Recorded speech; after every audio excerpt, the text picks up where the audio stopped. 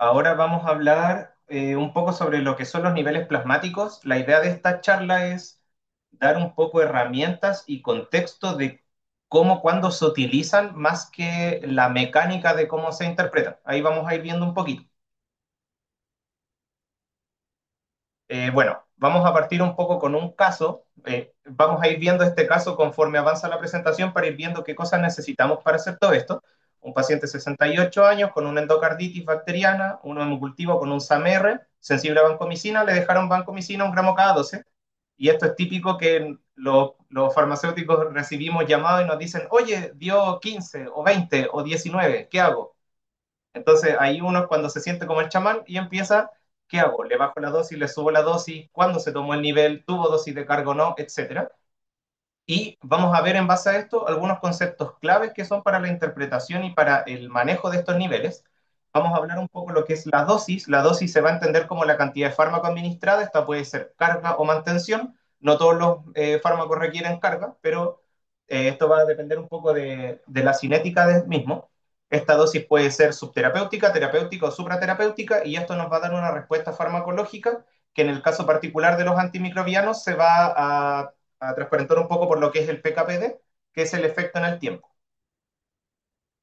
Con esto llegamos a lo que son las concentraciones al estado de equilibrio, el CEE, y estas concentraciones al estado de equilibrio son cuando yo empiezo a dar una dosis y esta dosis empieza a acumularse en el organismo y llega un punto en que ya se mantiene estable, es decir, ya no acumula más, sino que el valle y el pic se mantienen constantes en el tiempo. Y eso más o menos se logra a las 5 o 7 vidas medias.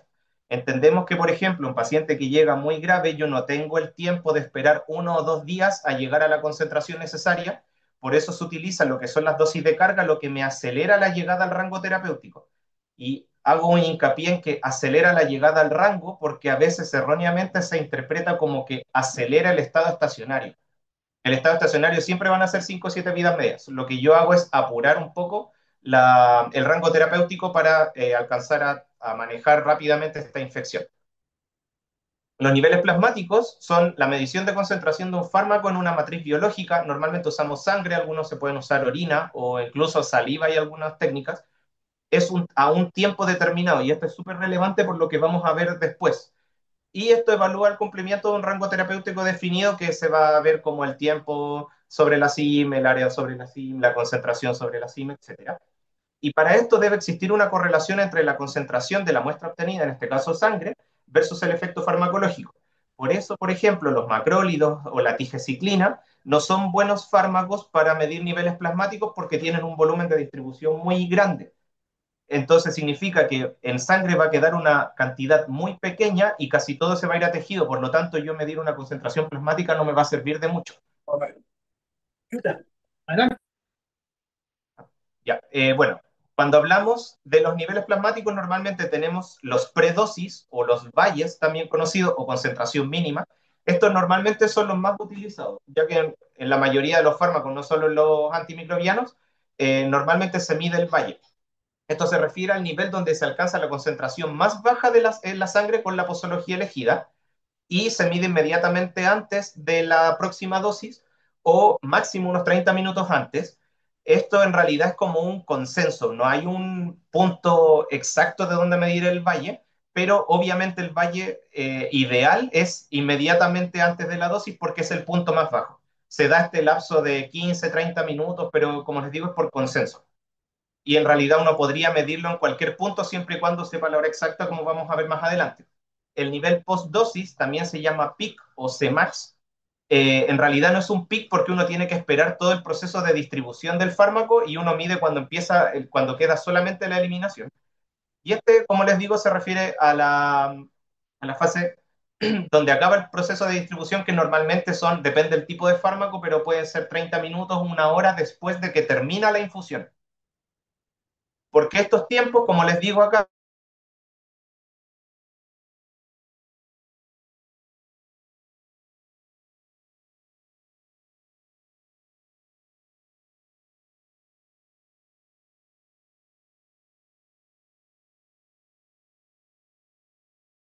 post-infusión es cuando termina la fase de distribución. En el caso, por ejemplo, de los aminoglicósidos, estamos hablando de unos 30 minutos después de que termina la infusión.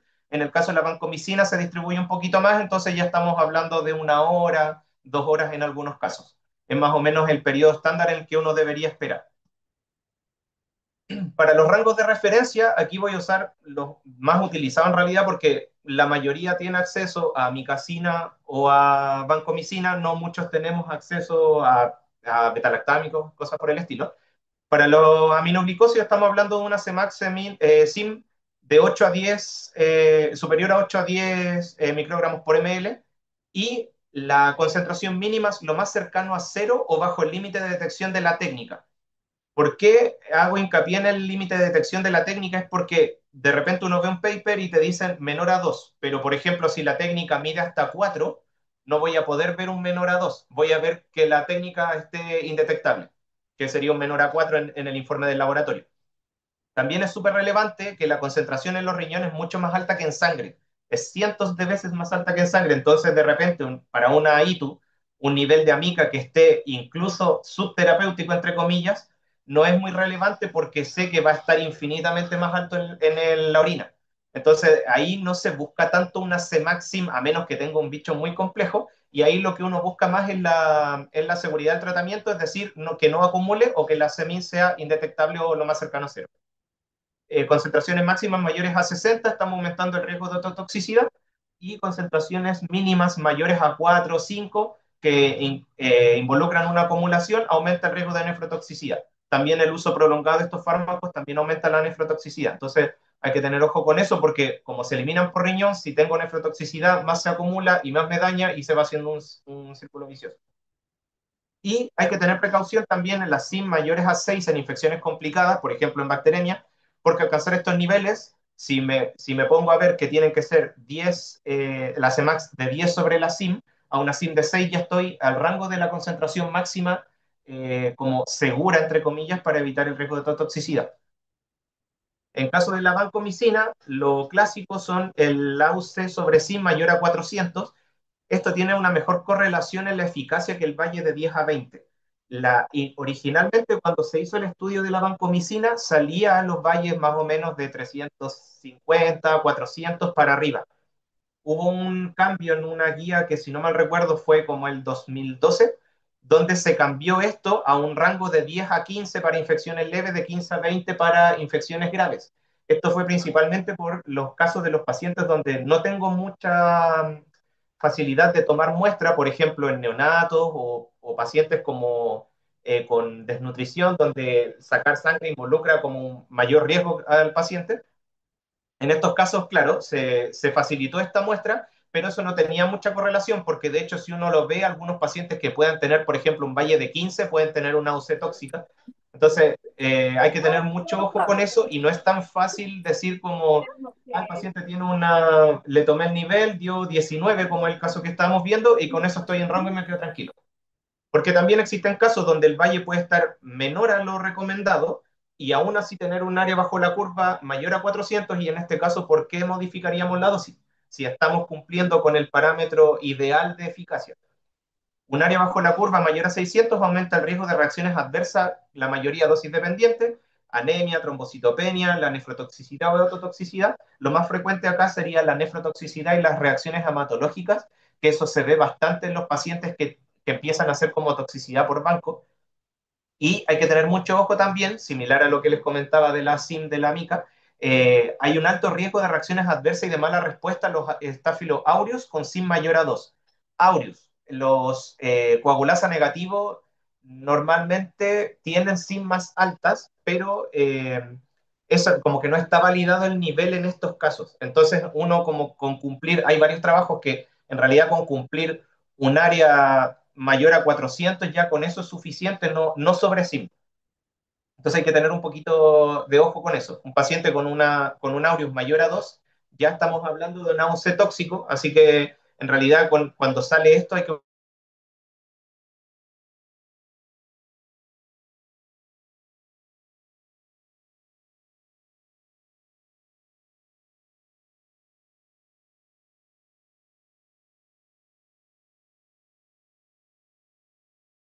cada antimicrobiano como tiene su rango y no es como algo como estándar para todos. Bueno, seguimos un poco con el caso, ya. Ahora sabemos, tenemos la información de que ese 19 era un valle y tenemos que el rango de referencia es de 10 a 20. Entonces, de acuerdo a lo que estamos hablando, ¿qué hacemos con el paciente? ¿Está el valle dentro de rango? ¿Me sirve? ¿No me sirve? ¿Tenemos la información suficiente para hacer esto? Vamos a ver cómo lo interpretamos. Ya, ¿sabemos que el nivel es pico-valle? Sí. ¿Tenemos la SIM del patógeno? No. ¿Sabemos si las dosis se administraron correctamente? ¿Sabemos la hora de toma de muestra? ¿Cuánto tiempo lleva de tratamiento el paciente? ¿Cuánto tiempo se tardó en enviar la muestra al laboratorio? ¿De la vía que fue extraída? ¿Si mantuvo la misma marca del medicamento en las dosis? Etcétera. Y sabemos también que en la fase preanalítica es donde ocurren más errores del examen de laboratorio. Esto no solo en los niveles, sino que en exámenes de laboratorio en general. Hay un par de trabajos donde podemos ver que aquí, que en la fase preanalítica, se lleva más de la mitad del porcentaje de los errores, un 60%, 65%, hay algunos trabajos que llegaban hasta 80%. Entonces, tenemos que tener mucha precaución en lo previo a la toma de muestra, más que al llegar y solamente analizar un resultado aislado. Si lo vemos como un iceberg, tenemos que la interpretación del valor, el cálculo de la nueva dosis es como la punta del iceberg, pero tenemos por debajo que analizar todas las condiciones preanalíticas, como les decía, la toma de muestra, la administración del fármaco, el cumplimiento del estado estacionario o si recibió dosis de carga, transporte y almacenamiento de la muestra, alteraciones fisiológico-patológicas del paciente, cambios farmacocinéticos, etcétera. Porque cuando nos llamaron y nos dijeron el paciente tenía un nivel en 19, para nosotros es esto. Yo no tengo idea cómo está. Pues que esté subiendo todavía, puede que llegue acá, puede que ya venga en descenso, una curva. O sea, son todas estas opciones y millones más. Entonces, hay que saber que cuando el nivel, cuando se toma un nivel, cuando se ve el resultado, hay que ver si este va subiendo, va bajando, si se está manteniendo. Recordar siempre que el nivel plasmático es una foto del momento.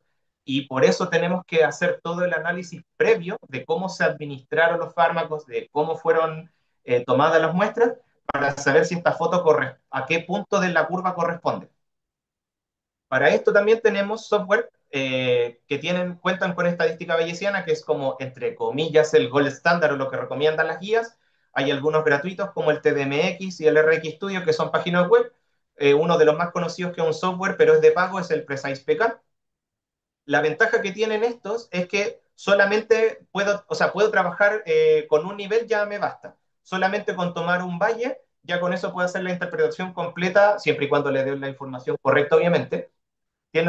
Por contar con estadística bayesiana, tienen una mejor proyección del comportamiento en el paciente particular, pero nunca hay que olvidar que no dejan de ser calculadoras. O sea, yo si le ingreso mal los datos, me va a dar un mal resultado y la interpretación va a ser errónea y todo para adelante va a estar mal. Entonces, nunca hay que dejar de lado lo humano, por decirlo de alguna forma, de me cuadra este resultado, me da raro, yo me esperaba que diera mucho más bajo o mucho más alto y me dio esto, qué extraño. Y vamos a ir viendo un poquito más adelante del por qué no hay que olvidar que estos son calculadoras y que la interpretación sigue siendo de uno, no del programa. Otra forma de hacer estos cálculos o estas interpretaciones es mediante las ecuaciones farmacocinéticas básicas que, que se enseñan en farmacología, que por ejemplo esta de la más utilizada, la que dice la concentración en single dose, esa en la concentración de decaimiento es una de las más utilizadas, pero estas requieren más niveles para corregir los parámetros. Es decir, yo puedo hacer un cálculo con esto, pero voy a necesitar quizá un valle y un peak para evaluar si el volumen de distribución es el que yo estaba esperando, si tengo que corregirlo. Lo mismo con la constante eliminación, el clearance, etcétera. Y otra desventaja es que estas ecuaciones farmacocinéticas, al no contar con estadística bayesiana, son estáticas. Es decir, yo sí o sí tengo que esperar al estado de equilibrio y el paciente no puede tener ninguna alteración, o de lo contrario, la proyección que me va a hacer la fórmula va a ser incorrecta. Puntos críticos a considerar en esto es, como les comentaba, en la toma de muestra, la administración del medicamento y la metodología analítica que se utiliza. Para la toma de muestra,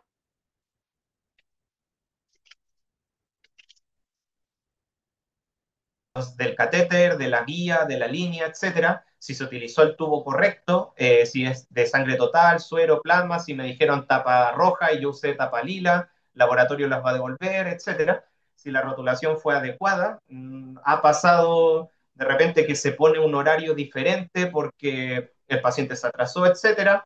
Hay que poner siempre el tiempo real de la toma de muestra.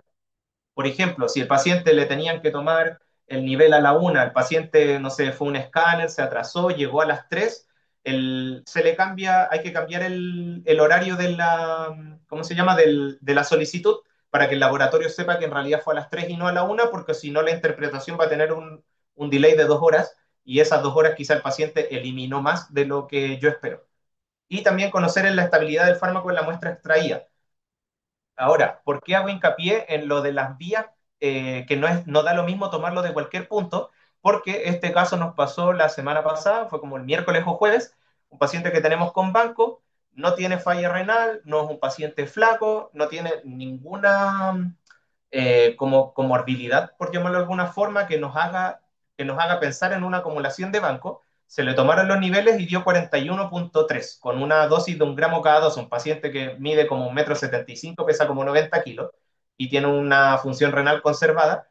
Entonces fue bastante raro. Se vio con las enfermeras y se había tomado del catéter venoso central. Por lo tanto, repetimos la muestra. Si se puede ver acá, esta muestra fue tomada a las 9 de la mañana.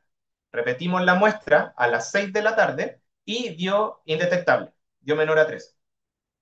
Entonces, por eso hay que tener ojo, porque quizá si uno no hubiera hecho ese análisis de dónde se tomó y yo no hubiera sabido que era del catéter y lo hubiéramos interpretado, quizá al paciente se le hubieran suspendido dosis cuando en realidad el paciente necesitaba una nueva carga y aumentar.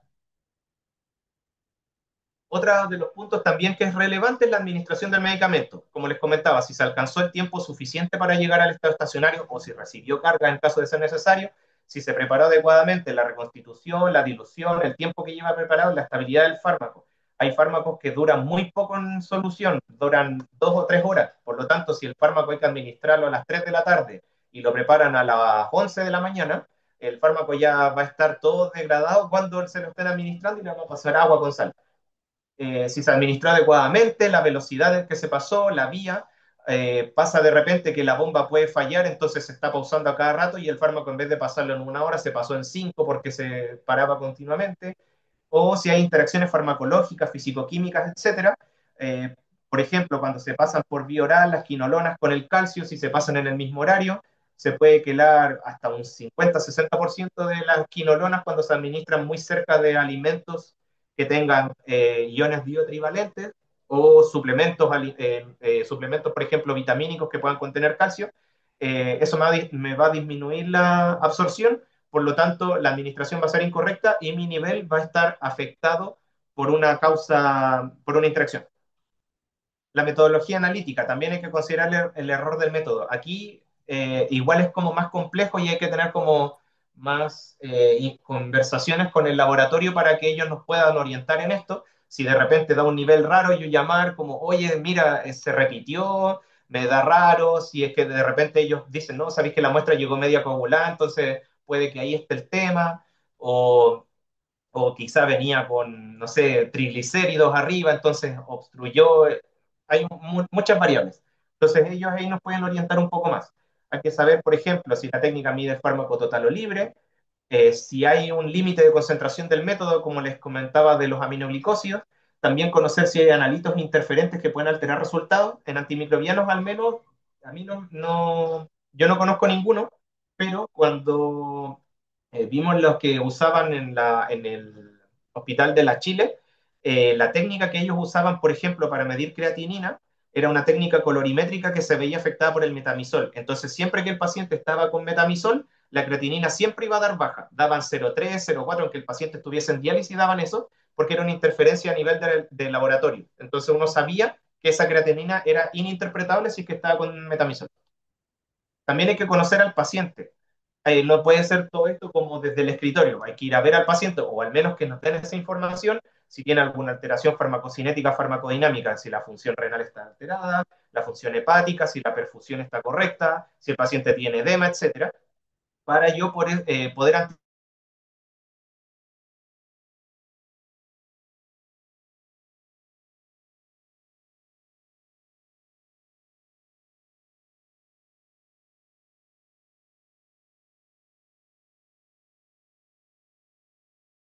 pero después voy a tener que bajarme para no echar a perder la función renal, etcétera.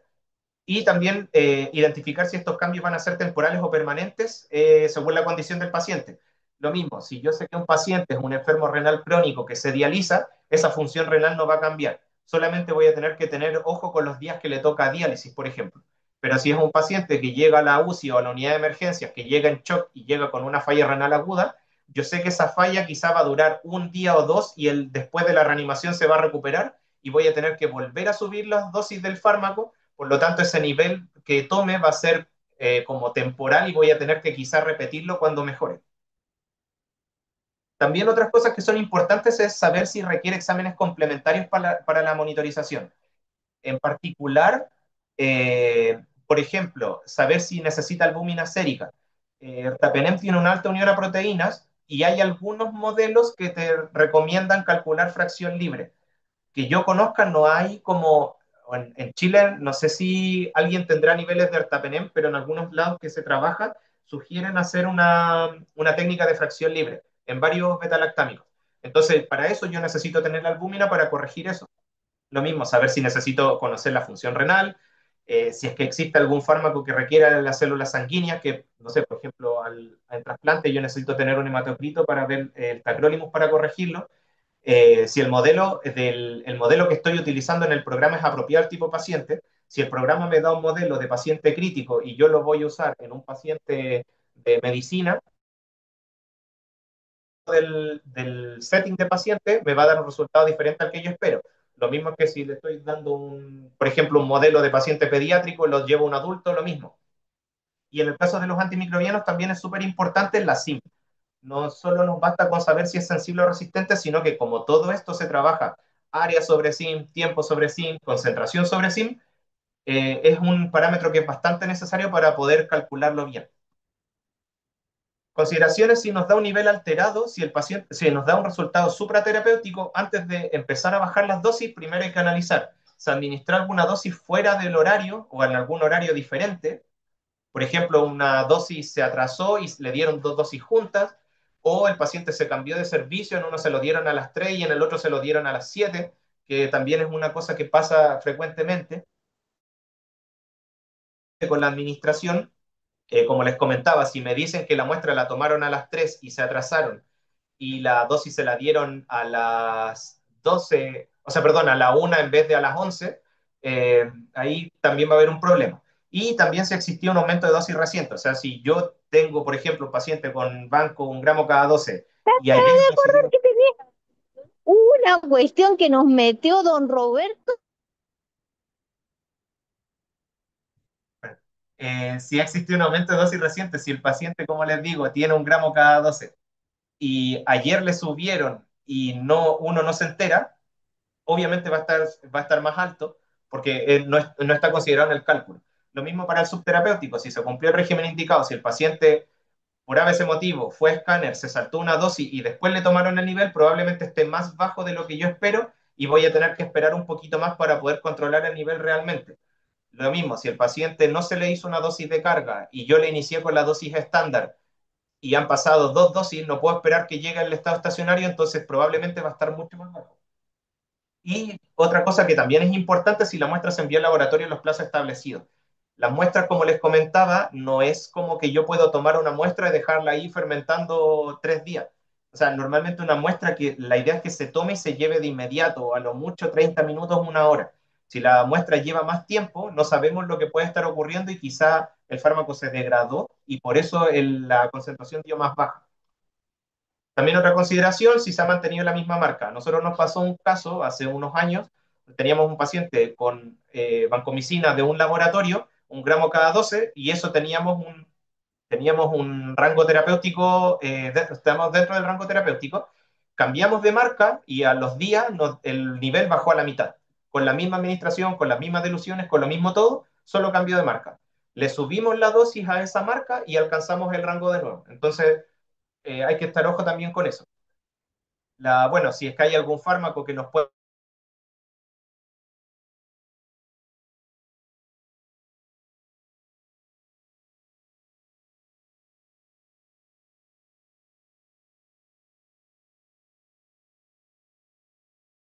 consideración, o si es que hay alguna otra modificación fisiológica patológica que el paciente o hizo una AQI, o salió de la AQI, o hizo una falla hepática aguda, o revirtió y estaba ajustado, hay que hacer todos esos cambios. Paciente, por ejemplo, que lo tenían con terapia de reemplazo renal continua, se coaguló el filtro, se la suspendieron, también hay que tener eso en mente.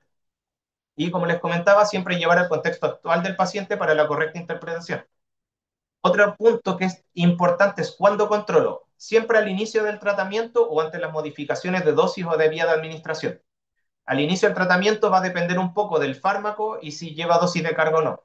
En el caso, por ejemplo, de los aminoglicósidos, como no se debería acumular, yo ya la dosis siguiente podría estarle midiendo niveles. En el caso, por ejemplo, de la banco, si es que le hago una dosis de carga, normalmente es la carga, una dosis y ya se puede empezar a controlar el valle. Va a depender un poquito ahí de cada medicamento y cómo se comporta. Si es que existe sospecha de intoxicación, también se controla de forma inmediata. Cambios de cinética del fármaco, o sea, si yo tenía un paciente con un nivel tomado en una falla renal y la creatinina ya bajó, controlar de nuevo para ver que no me esté aumentando el clearance, o viceversa, lo tengo bien y de repente la crea que estaba en 0,6 y hoy día está en 2, controlar de nuevo para ver que ese aumento de creatinina no se esté reflejando en quizá que me esté acumulando y pueda haber toxicidad. Y lo mismo si hay falla terapéutica, si el paciente lo tengo bien 2, 3 días y de repente empezó de nuevo a inflamarse y sospecho que la infección puede estar molestando y un poco, hay que ver porque quizá hubo alguna alteración que nos pueda llevar a una falla y a un nivel subterapéutico. Y ojo, también es súper importante es que si el paciente no tiene cambios, no se requiere un nivel periódico de niveles. No es que yo le controle hoy día y si me dio bien, le controlo de nuevo en 2 días más.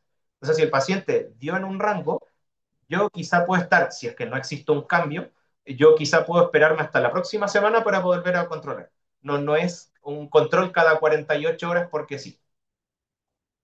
Volvemos entonces un poquito al caso y ahora tenemos un poco más de información. Tenemos que la SIM era de 1, tenemos que esto fue 2 días y fue postcarga. Podemos ya calcular un área bajo la curva que nos da dentro de rango, revisamos los horarios, la administración, el tiempo y está todo correcto. Por lo tanto, ¿qué conducta seguir con el paciente? Ahora ya podemos decir que se mantiene el esquema y se puede reevaluar según la condición. Así que ya contamos con un poco más de información y este sería como el proceso real que uno debería hacer con todos los pacientes que se le controla a nivel. Y un poco para conclusión y resumen, siempre hay que valorar al paciente, la condición y las patologías a la hora de seleccionar la terapia, no solo el agente aislado, y hay que considerar también que todos los antimicrobianos no están exentos de efectos no deseados, de las interacciones y de otros problemas asociados, por lo tanto, los niveles son una herramienta para prevenir esta, como por ejemplo, intoxicaciones que quizás se pueden ver muy a largo plazo, las podemos prevenir antes, o las fallas de eficacia. También hay que considerar siempre el comportamiento del antimicrobiano de forma individualizada en el paciente. No porque sea un medicamento de amplio margen terapéutico o porque porque la literatura me diga que tiene un clearance de tanto, un volumen de distribución de tanto, yo me voy a relajar. Todos los pacientes tienen alguna condición que pueda hacer que aumente tanto su volumen de distribución o que se disminuya o se altere el clearance, etcétera. Por lo tanto, siempre hay que llevarlo al paciente en particular. Y la monitorización de niveles, cuando esté disponible, es una herramienta fundamental para la optimización, pero esto, como les decía, hay que considerarlo como un proceso, no como un resultado aislado. Si yo solamente tomo un nivel y no me preocupo de nada más, estoy sacando una foto de un momento que ni siquiera sé en qué punto de la curva estoy. Por lo tanto, siempre hay que analizar desde la administración del fármaco en adelante. Gracias. Gracias, Felipe. En el chat hay una pregunta que están realizando.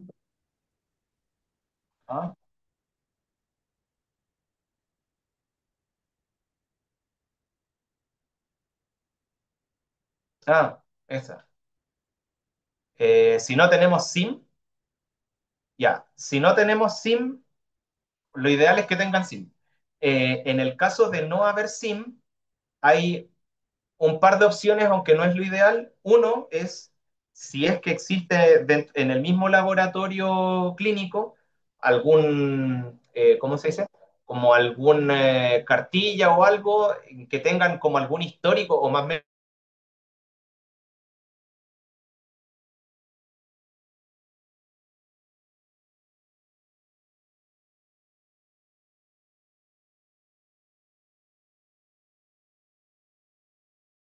y ceftriaxona, y me da más o menos como la distribución de la SIM en los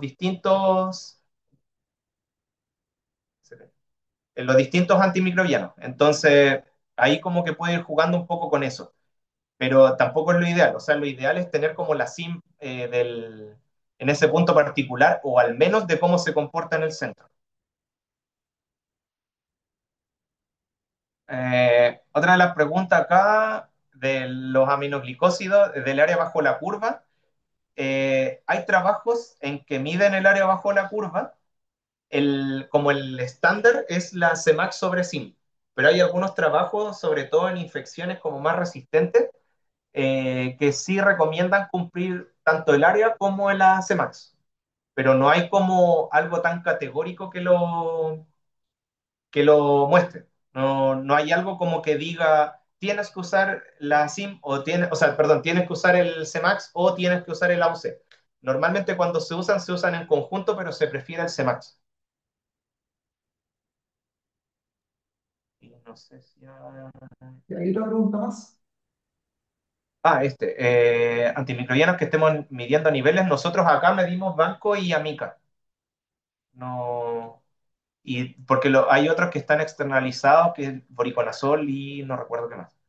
Pero nosotros acá, que midamos nosotros, es Banco y Amica.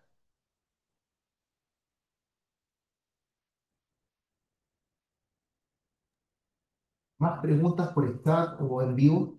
¿Alguien quiere revisarlas?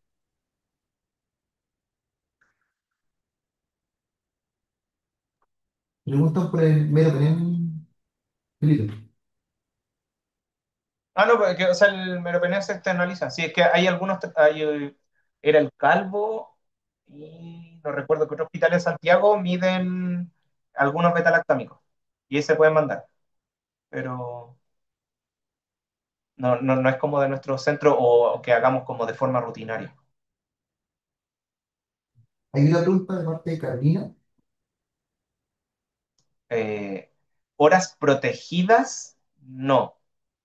O sea, nosotros somos cuatro farmacéuticos que trabajamos como clínicos en algunos servicios, en pediatría, no sé, pediátrica, en medicina, en la UCI adulto, eh, pero, o sea, no es como una hora protegida, sino que está dentro de las funciones clínicas que llevamos a cabo.